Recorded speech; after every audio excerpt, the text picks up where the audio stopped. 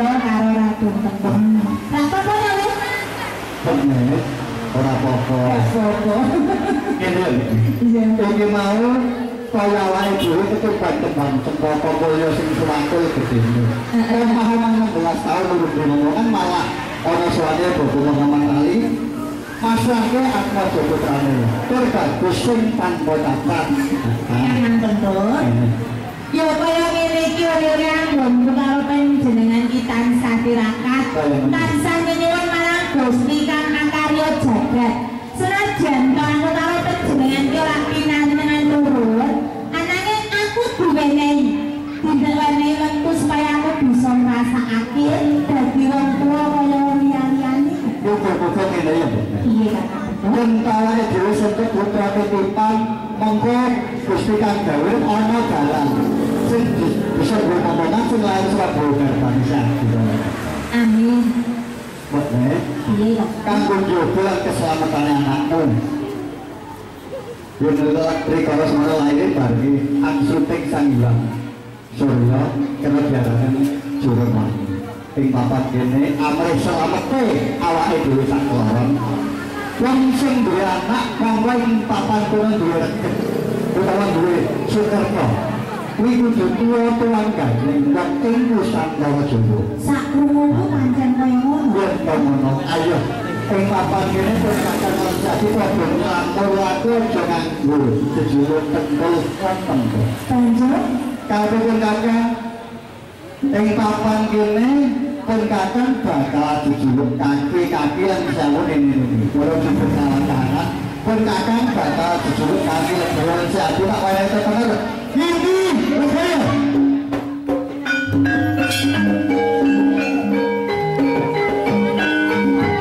yang kaya ngono ana wiwit dina iki aku nek ngaturi panjenengan kaki legowo. Kaya ngono. Ngono go panjenengan iki bali marang aku ya minat ya. Kaya ngono. Kene lho. Iya kaki legowo. Yen tai papan kene samau sadurunge pun kakang entuk ben putra titipan wong-wong iki wong ora duwe. Lah kapan kene bareng pun kakang kesampean bola sesar kok tambah nuaiku kan tambah jiwa. Kang pun kakang aku tak budidaya aku tak njaluk pangestunen jati aku tak nyambut gawe para putra kang gedhe. Besok yang kesumpah rezeki sing akeh kena tanggung bali kena tanggung nyukupi kebutuhan yang keluarga. Iya kaki legowo. Nek kabeh wis dadi bentuke atimu jenengan. Aku wong wadon bisane wong tukuri handayani. Anane kaki legowo. Sadurunge panjenengan tinggal tindak sekolah kok ini. Kaya ini. Gandeng sekali wong atuane kenang iku pasrah marang wanita jenengan disebut nyata duweni Sukerto. Mula saka itu kaki legowo. Sampun terus panjenengan sekarang wong kene sampun. Aku njaluk panjenengan paling jembolan kanggo anakmu supaya bisa jaga keselamatan keluargane. Bisa sampeyan gandeng aku wis bola-bali matur marang panjenengan. 16 tahun anggonku jejogan marang panjenengan iki durung nate duweni anak. Nang teges durung nate ngomong anak. Waktu dina iki kedadak aku karo panjenengan iki pinasran anak kang semene gedhe. Kamangka jeneng pinasran anak kuwi ora enteng, mesti abot sanggane mergo anak titipan. Sakumpul panjenengan sekarang kok kene sampun ya. Aku uga njaluk panjenengan golekake kanca rowan kanggo mencari anakmu ana ing kene jalaran nek wektu dina iki katon ben wae anakku dadi anake kaki legowo karo Lili legowo. Sing angka Gandeng aku wis matur bumbang kulino ngomong anak. Pamangka yang ikut duweni anakku sing duweni sesukerto utawa duweni sukerto yaiku bocah Juremani. Aku jaluk panjenengan goleki kanca lan supaya ngewangi-wangi anggonku ngomong anakmu sakrina lan sakmene. Kaya ngono. Sing dadi iki mau ora sisih panyawangipun kakak, pangrungipun kakak kuwi njaluk timbulan. Pancen Kang njaluk timbulan kanggo anak lanang. jurang wani. Ya, aku tak titip janur kuning iki tanpa nama. Tapi sampeyan iki dadi kiai sepuh mbok yo aja kebangetan to. Kok kebangetan ning gendi. Aku iki matur marang panjenengan kemenanan ora iki omong buyut pun kakang kuwi terus ikhlas paring wujuding janur kuning marang ngene dhewe. Aku mau sekali matur piye. Janur diboyan to. Janur gembolan ateges kanggo daya kekuatane anakmu. Ning dene ngopo kok malah panjenengan iki mung maringi wujud janur kuning. Nang trimo janur kuning aku dhewe. Ora usah nyuwun marang panjenengan. Aku iso golek dhewe malah luwih saka siji ngene. Wis cukup karo matur. Lah sampeyan iki yo kebangetan kok mate kakang paling wujuding janur kuning marang ngene dhewe. iso. Jurang kakang kuwi grakake apa to? Maksud lan tujuane kok nganti dhewe janur kuning siadus paring. Aku menawa bagian siadi kepengin lancar. Ini janur kuning kan gak paringke marang ning legaya iku mau. Wis salam baru wujuding aji sambut. Lan ing papan kono janur kuning iku dikalengke marang janggane bocah sing duwe reget utawa sing duwe senggala. Yen mengko bakal senggala saka jagat wetan. Bakal nulak bali mengetan. Yen ana senggala saka jagat kulon bakal nulak bali kulon. Yen ana senggala jagat kulon saka jagat itu bakal nulak bali papane dhewe-dhewe. Aku durung percaya yen aku durung ngerti dhewe kasnyatan. Yen siap ora percaya marang aku repot kakang, ora usah dadak kesuwen ayo. Kalau marang jagane anakmu, ana kejadian apa sak ngono? Lho kaki legi sih. Aku ora milo babar pisan. Sekawit ra aku mau nyepelek kanane panjenengan maringi janur kuning. Bareng janur kuning tak kalungake janggane anakmu kaki legi.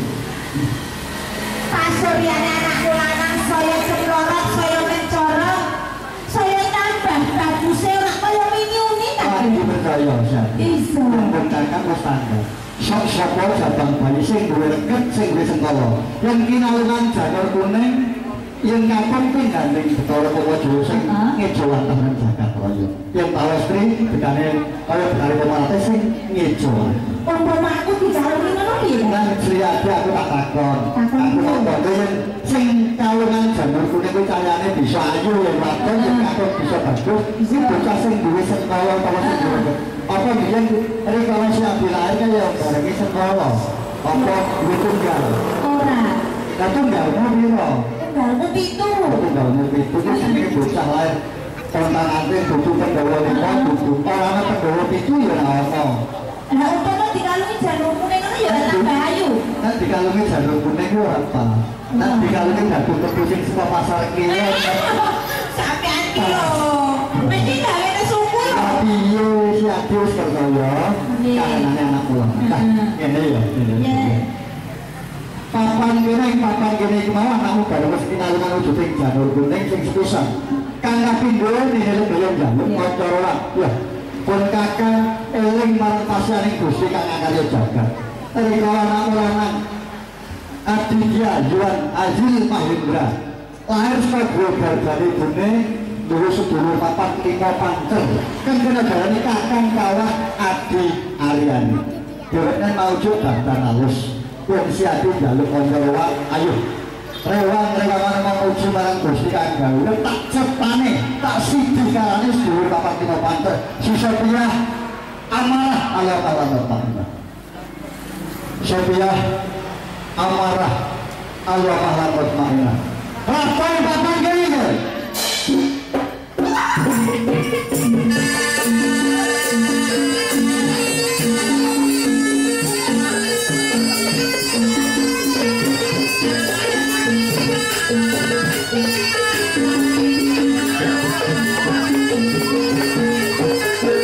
Lenggak sawang iki kaya sedulur papat 5 panter Sophia amarah Allah Ta'ala.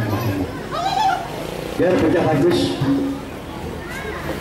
Rikala semana wujud wujud batang halus nganti ndak cetha dadi batang kasar ing sedya pun ramamu yo kagil gaya kepengin banget njaluk dharma betune marang wong tuwa ana wektu dina iki wong tuwa aku kagil gaya entuk karo berani Gusti entuk putra titipan monggo bocah iki duwe getak ciri rikala lahir barengi angsuluping Sang Hyang Surya kena diarani bocah lahir julung wangi ing papan kene kabeh bocah papat Sophia amarah alamah lan mutmainah taturi njogo keselamatane anak lanang si jurung sagu nggih sagu yen kowe kabeh padha sagu ya mung pilihku sing pamungkas cilik nganti gedhe kulite gedene nganti digrik kulune sak lombo wae kowe sing kudu tanggung jawab yen tanganku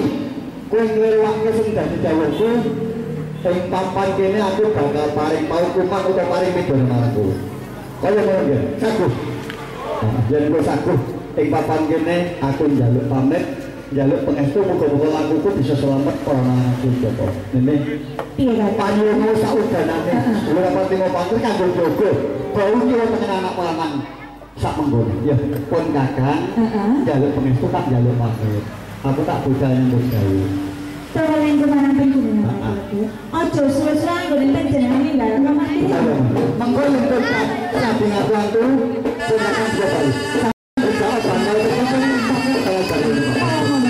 ya jalur pamit sing hati-hati ora kali itu ayo ya kalau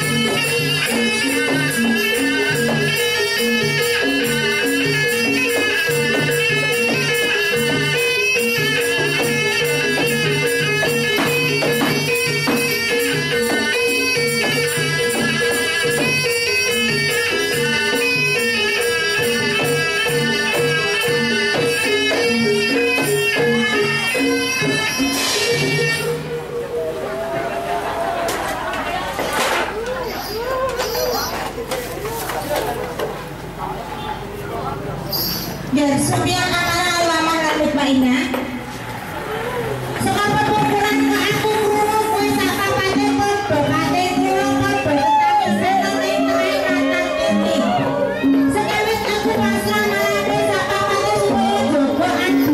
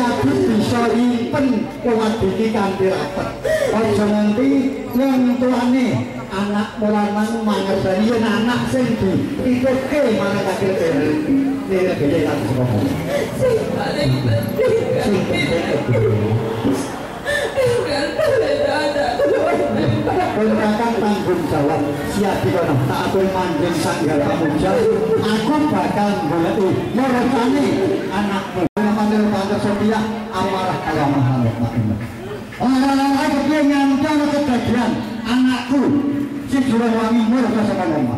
Coba tak atur-atur ganti karangan pelajar.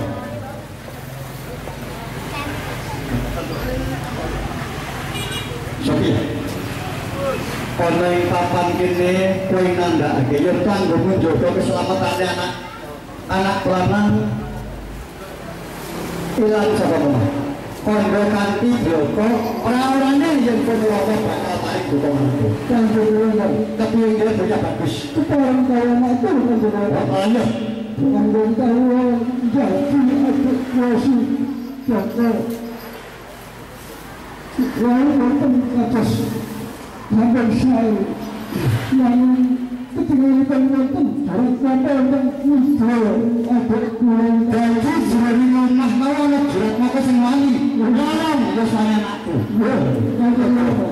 matur kanthi maloko lalai kepiye ada potongan gede aku piring marang kowe kabeh Sophia amarah Allah-Allah aku pikir wujud anak lanang si Jurawangi marang kowe kabeh urusan jaganan keselamatane cilik nganti gagal kulite gedene nganti gegrek ulune sawego kowe sing kudu tanggung jawab ing papan kene aku nagih janji janjimu iki sampai matur ora iso dia kurang malam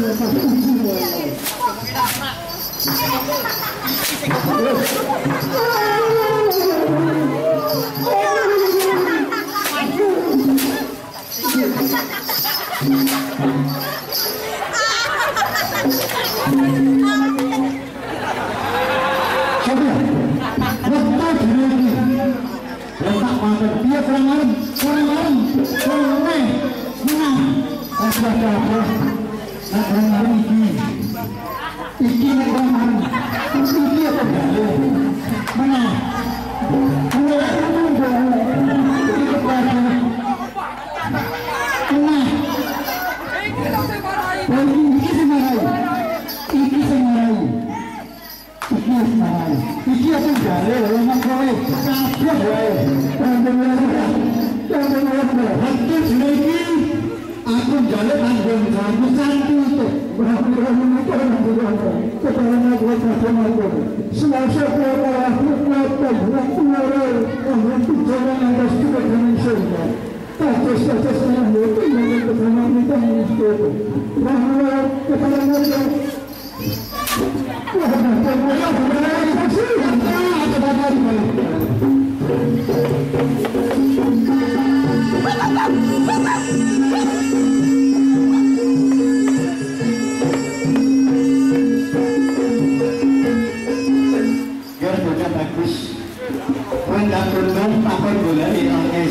anak lanang Jurawangi wis entuk gawe balung taman iki sing iki ora sekarang marang si Jurawangi ya biar banyak bagus aku nek terima marang kowe kabeh oleh kang sapa kuwi wujudku badan terus tak siji karo badan dasar kapan kene mesake anak oh bono jenengan dari tak pakai sakti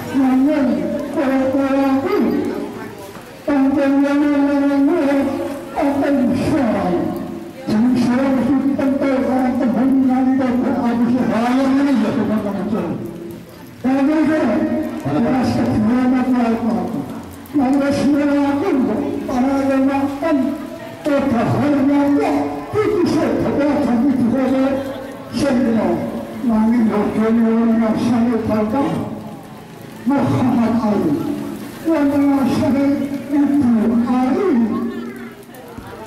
Itulah bocahkan terus baru tak batuk, tak tabrak, tak kuliah pada kementak, pada oleh lagi sana, malah tabrak tu, rasanya panas selama itu. Ya, kenapa kan tu? Kalau yang saya tahu, bocahnya Tuhan ni. Dan kecapan banyak mau dipasangkan anak aku, jadi dalam mangrove. Kalau kau tanah ni. Orang musliman barang wujudin aji sanggar kawan itu sanggar kuning engkapan itu sok-sokku yang jumlah terlatain saya boleh dewa ini jalan tawa engkapan itu bakal bidang sekolah marang anak anak itu bakal berikan buat aku udah nangis siapa itu yang kena takjun kerana ini harus bawa entahnya anakku sudah lama dan Allah dari saja enggak kematian menyurat dan siapu enggak apa-apa yang pengenalan orang saya tahu saya bocah itu aku sadar bocah orang ini yang semestinya saya menantang itu kan betul. Apa yang jadi penjalurmu? Orang mau dan melakukan kau pakai kanti itu kalau boleh datang tadi deh orang saling bocah itu sebuah teman berlalu anggaran melakukan penampilan lain bukan yang suka aku yang harap saya rekod tanpa masuknya bukan penampilan lain arwah tidak boleh sama dulu saya dulu saya yang paling jatuh bayi sekarang bukan itu keharuan sentari terlalu aku menjawab rasa kita dan belajar dulu satu itu saya dulu saya paling kasih saya paling jatuh bayi itu saya mulai jawab dari utang sak pengaruh bisa apa yang boleh melakukan kandilan semua senang saya menjadi berasmikrah dan berkal kurang benar sembangan das baru boleh bangsa sak pengaruh itu dan tak boleh melakukan bangsa bisa mencuti kok boleh kita dulu itu apa kita tahu budi kan dengan kamu tapi saya sih orang-orang bersentuh orang-orang mati yang panjang itu orang-orang sering saya yang kali bangun itu aku saya minta bahasa nggak tak kesan kamu biasa orang-orang minta kepercayaan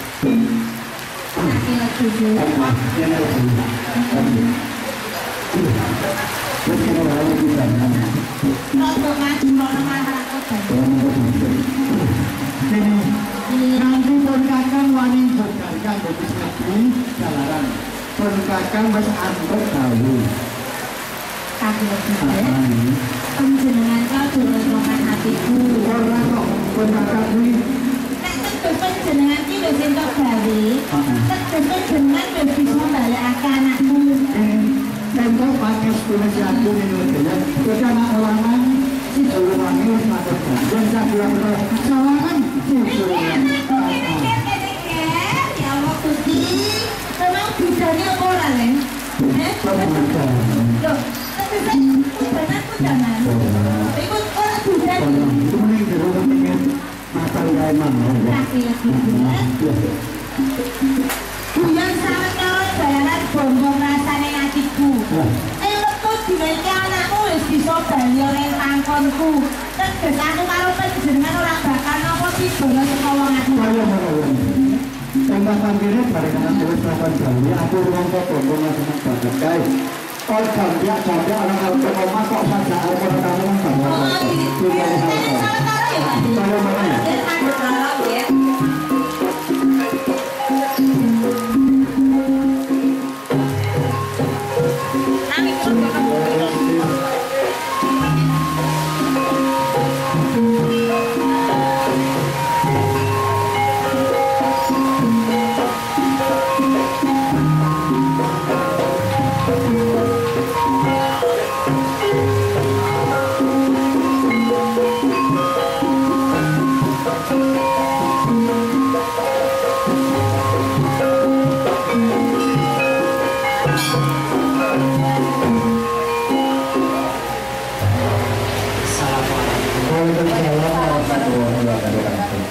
Kawan saya itu kuasa itu. Dia tengok atas diskaulah menikah tahun materi dengan dikosak keluarga menikah bosan. Jadi, kalau semantan dengan dikosak keluarga nate soan kendalnya pulau. Kanti masyarakat putra putra itu mengetahui bukan sisip angin pulau nyawang menikah itu soan dan pun Bapak Muhammad lalu soal ibu Ari Tribahyuni. Bapak ibu, konten jatuh semata. Kontennya wedal, siang menikah atau santar menikah dengan itu sak keluarga. Rawuh yang kendali kedua. Katek betul udo rampan, ingin sak mantan katangipun.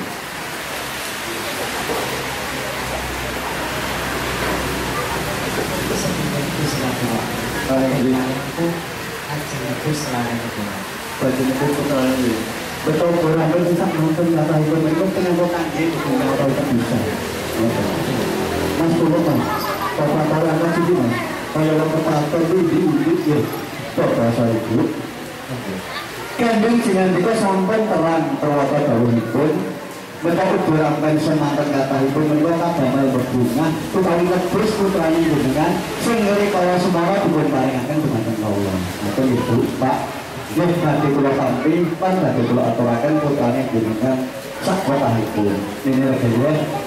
Masake menjadikan Bapak Muhammad Alilah Ibu Ari Tribahyuni kae. Beberapa sing kanggo bunga awake dhewe tak aturi napa. Nggih. Sampun ikhlas lahir pada sing batin, Pak.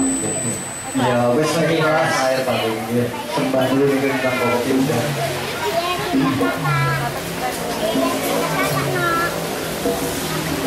Kok nanti ada ngomong, Bu, bikin tunggu di rasa kata, Bu. Rasa kata tak gawak nih, engkel yang ngobrol karuan. Bapak saya, Bu. Ini mau jenengan bagi dulun pansul putrane jenengan. Neng sak dari pun kula matur, Bu, Pak. Putrane jenengan rikala semanten dipun paringi jimat asma Mas Aditya Yuwan Ajil Mahindra. Kadang pun jenengan paringaken dumateng kula, putrane jenengan baju kulawane jeneng utawi petener seksara dibilake sak isine. Anake jenengan baju tak wane jeneng Joko Jangkul.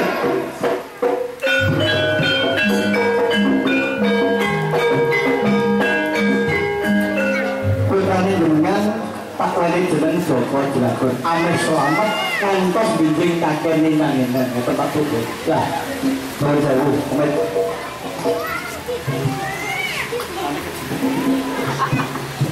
Mau yo. Tuh kula titip menika janur kuning tak paringke jenengan. Janur kuning niki mengke dekek ngandhapipun Kang Putra Sari. Sak suwene sepasar dina. Nah terus Bu nggih. Nah, syarat-syaratane mangke ngeten. Menawi pun sepasar dina jenengan bucal monggo. Ning aja diguang teng arep omah utawi teng mriki griya. Mengke nek dilandai jae manungsa mesake tiyang ingkang nglandai janur kuning. Amargi wonten ingkang dumunung saking putrane jenengan wonten ing janur kuning. Kanggo kula weling Bu panjenengan janur kuning niki mengke jenengan bucal wonten ing Ngelakan. Wonten ing kali. Dasarane ngeten Pak Bu. Orang buat janur kuning buat sengkalane anakku Joko Jangkul. Muga-muga selamat orang-orang lanang Joko. Apa terus dengan bucal apa gitu. Niku piwulinge kula. Makanya kalau jenengan kesupen takok ketuane. Ngoten, Bu. Lah iki ingkang pamungkas putrane jenengan tak wene jeneng Joko Jelago mumpung dipun sekseni sedaya warga masyarakat jeneng kaki Danyang sore ini Danyang ingkang ruwet sore peningkawan dalu ing dusun wates mriki sampeyan bapak ibu tak aturi ngeluk putrane jenengan kersanipun kangge syarat sarana amrih pengke nek tenggalan jenengan kalebran utawi kesupen Bapak nggih Pak Bu niku kangge syarat ora ketan sepisan Mata nggih, mangke jenengan ditimbali Pak dalem Pak mata nggih. Mangke utur nggih dalem Bu mata. Dipun nilai Pak. Biar putraku, Kartika Zia Fazil Mahendra, Joko Jelagur. Dalem Pak. Ampun, pale ibune. Diwarai Mas Riki, diwarai. Biar putraku, Aditya Zia Fazil Mahendra, Joko Jelagur. Bu. Niku pun pas wis ora duwe nandang, ora duwe utang-utang. Kono saling karo Bapak Ibu, saling Bapak, saling Ibu. Nggih. Padahal mriki manggone jenengan teng tengah. Nah, ngoten. Tasih dari lampu pamungkas. Tahan Bu nggih. Makanya foto selawatnya 3 kali dengan jabel ngoten nggih. Bismillahirrahmanirrahim. Kangge ucapan selawat ingkang badhe kita waos, mugi-mugi hajat jalanipun Bapak Muhammad Ali Klemeter keluarganipun sedaya panggih berkahan. Berkah kewilujengan, berkah keselamatan, berkah bagas selamat panjang umur, dipun paringi rezeki ingkang kathah ingkang melimpah ingkang barokah dados keluarga sakinah mawaddah warahmah amin Allahumma amin. Allahumma sholli ala Muhammad, Allahumma sholli ala Muhammad, sallallahu alaihi wasallam. Sampai benar-benar panas itu.